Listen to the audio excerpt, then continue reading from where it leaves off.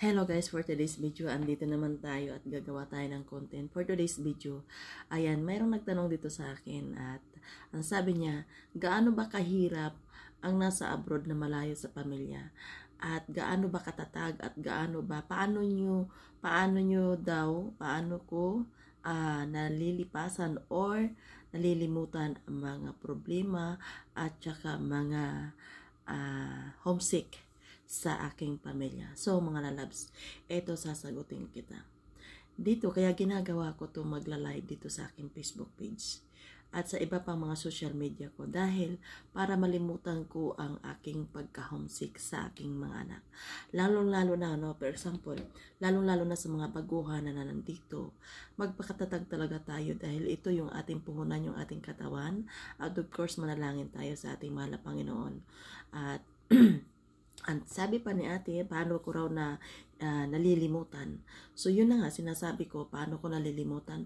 Dito, ginugugol ko yung oras ko at nilalaan ko yung oras ko dito sa akin, sa social media, sa paggagawa ko ng mga content at sa iba ko pang mga apps na sinasalihan.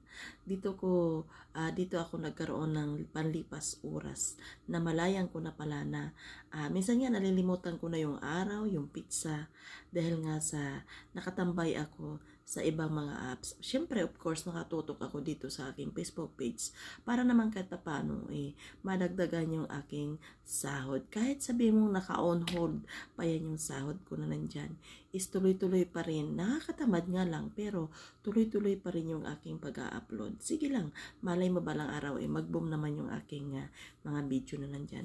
So, mga lalabs, ito yung ginagawa ko dito sa ibang bansa. At paggising sa umaga, maligo, syempre manalangin tayo sa ating mahal na Panginoon. At of course, handa ko na yung aking pampaligo. Pagkatapos ko, syempre, ayan, magkakape tayo ng walang kape. Ito ay mainit na tubig. Inom muna tayo. Ito ay mainit na tubig. So, mga lalabs, no? At of course, pagkatapos ko namang uminom at pagkatapos kong ginagawa yan, magtambay sa ibang mga apps, kahit isang oras lang, nagla-live ako dito sa aking Facebook page para na naman malimutan ko, na malayan ko na pala na ay alas 10 na pala ng umaga. Kasi ang start ko talaga ng trabaho dito ay alas 10 ng umaga dito sa Riyadh. Nandito ako sa Riyadh. At pagkatapos nun, syempre dahil 3 oras or 4 na oras ako magtatrabaho.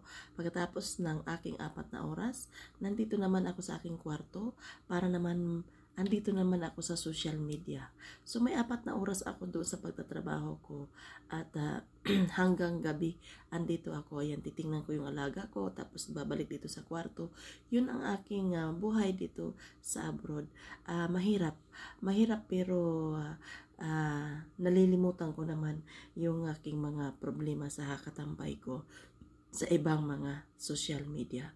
So mga lalabs, ganito ang buhay namin dito sa ibang bansa. Kailangan naming magpakatatag ng gusto para naman sa aming pamilya at sa aking mga anak. Kasi meron pa akong pangarap sa buhay.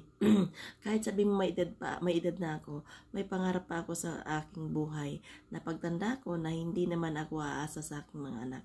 At yun, at lalabs, salamat nga pala dyan sa pag-comment mo sa aking video.